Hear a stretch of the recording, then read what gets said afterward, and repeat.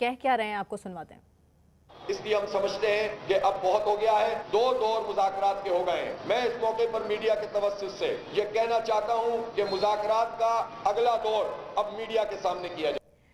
مزمل صاحب، حافظ نعیم الرحمان صاحب نے مطالبہ یہ کیا ہے کہ اب میڈیا کے سامنے تیسرا دور ہوگا، اور آپ جیسا کہ کہہ رہے ہیں کہ اس ٹائم کراؤڈ ہو سکتا ہے کہ آنے والے دنوں میں 7 روز جیسا کہ ہو گئے ہیں، آنے والے دنوں میں ہو سکتا ہے کہ کراؤڈ یہ اس طرح سے نہ رہے جس طرح آ جائے، لیکن بانی پی ٹی آئی نے بھی، عمران خان نے بھی کارکنوں کو ہدایت کی ہے کہ اسی دھرنے میں آپ جائیں اور بڑی تعداد میں وہاں پر موجود ہوں، اس دھرنے میں شامل ہوں تاکہ آپ اپنے مطالبات بھی سامنے رکھ سکیں۔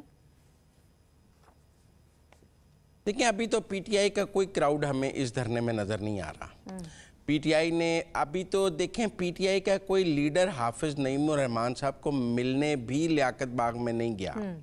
دیکھیں نا، جیسچر آف گڈ ول ہوتا ہے، آپ اپوزیشن میں ہیں، وہ بھی اپوزیشن میں ہیں، آپ ان کے سٹانس کو سپورٹ کرتے ہیں کہ بجلی سستی ہونی چاہیے، حکومت مہنگی بجلی دے رہی ہے، تو آپ اور کچھ نہیں تو آپ ان کو ملنے، ملاقات کرنے تو جاتے ہیں، سیاسی طور پہ اس کو سیاسی رواداری کہتے ہیں۔ تو ایسا بھی ہو سکتا تھا کہ پی ٹی آئی کا ایک ڈیلیگیشن جو ہے وہ حافظ نعیم الرحمان اور جماعت اسلامی کے وفد کو ملنے لیاقت باغ دھرنے والی جگہ پہ چلا جاتا، لیکن ہم نے دیکھا ہے کہ تحریک انصاف اس دھرنے سے خود کو بہت ڈسٹنس پہ رکھ رہی ہے، اور بلکہ ایسا لگ رہا ہے جیسے تحریک انصاف یہ سمجھ رہی ہے کہ جماعت اسلامی کا دھرنا ان کے خلاف ہے، حکومت کے خلاف نہیں ہے، جتنا ڈسٹنس اور جتنا اینگر اس حوالے سے نظر آیا ہے۔ اور میں کافی حیران ہوں اس حوالے سے کہ پی ٹی آئی نے بالکل جماعت اسلامی کا نہ ساتھ دیا ہے، نہ جماعت اسلامی کے ساتھ کھڑے ہیں، بلکہ وہ تو دعا کر رہے ہیں کہ جماعت اسلامی کا کوئی دھرنا ناکام ہی ہو جائے، کیونکہ ہمیں کوئی سپورٹ ابھی تک پی ٹی آئی کی اس دھرنے میں نظر نہیں آئی ہے۔ ایک بھی جھنڈا نظر نہیں آیا ہے،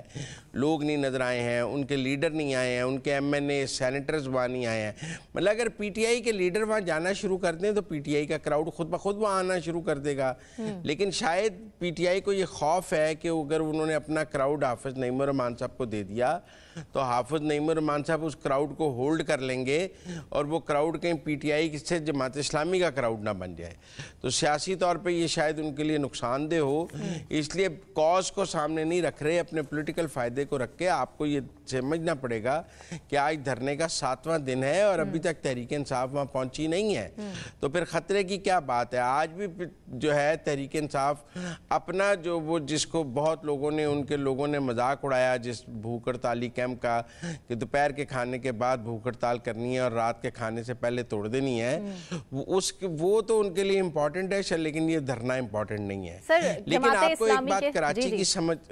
ایگزیکٹلی میں یہی آپ سے سوال بھی کرنا چاہ رہی ہوں، اس سے پہلے میں چاہتی ہوں کہ مصطفیٰ کمال صاحب جو کہ ایم کیو ایم بھی اس ٹائم ٹف ٹائم دینے کے لیے اس ٹائم میدان میں آ چکی ہے حکومت، اور وفاقی وزیر عطا تارڑ کے ساتھ پریس کانفرنس بھی کی ہے مصطفیٰ کمال صاحب نے، وہ کہہ کیا رہے ہیں سب سے پہلے سنواتے ہیں، پھر اس پر تبصرہ۔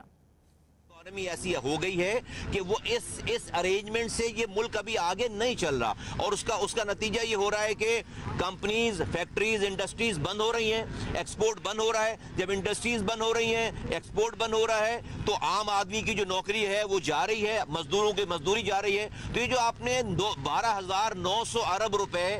جو اس بجٹ میں رکھے ہیں ریونیو کمانے کے لیے، وہ کہاں سے کمائیں گے؟ وہ انڈسٹریل سے کمائیں گے، آپ وہ تنخواہ دار ملازمین سے کمائیں گے۔ تو جب انڈسٹریز بند ہو جائے گی نان پیمنٹ پہ، آئی پی پیز کے چکر میں، جب جو ہے وہ وہاں کا مزدور جو بے روزگار ہو جائے گا، تو آپ کا تو پورا بجٹ جو ہے وہ فلاپ ہو جائے گا، آپ کے بجٹ میں ریونیو آنا ہی نہیں ہے۔ اس لیے ہم یہ سمجھتے ہیں کہ پاکستان میں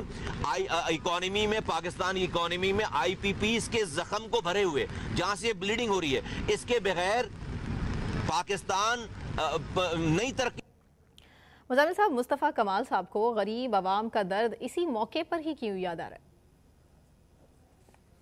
دیکھیں، اس کے بعد ایک اور پریس کانفرنس ہوئی ہے جس میں عطا تارڑ اور مصطفیٰ کمال کٹھے تھے، جس میں عطا تارڑ نے کہا ہے کہ حکومت آئی پی پیز کے معاہدے کو ریویو کرنے کے لیے تیار ہے اور یہ ہے وہ ہے، لیکن آپ جماعت اسلامی اور ایم کیو ایم کی رائیولری کو بھی سمجھیں۔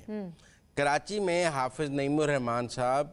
نے جماعت اسلامی کو کافی ریوائیو کیا ہے، اور وہ ایم کیو ایم کے لیے ایک تھریٹ ہے۔ وہاں اس وقت پی ٹی آئی کا اتنا ووٹ بینک نہیں ہے جتنا جماعت اسلامی کا کراچی میں ووٹ بینک ہے، اور ایم کیو ایم اور جو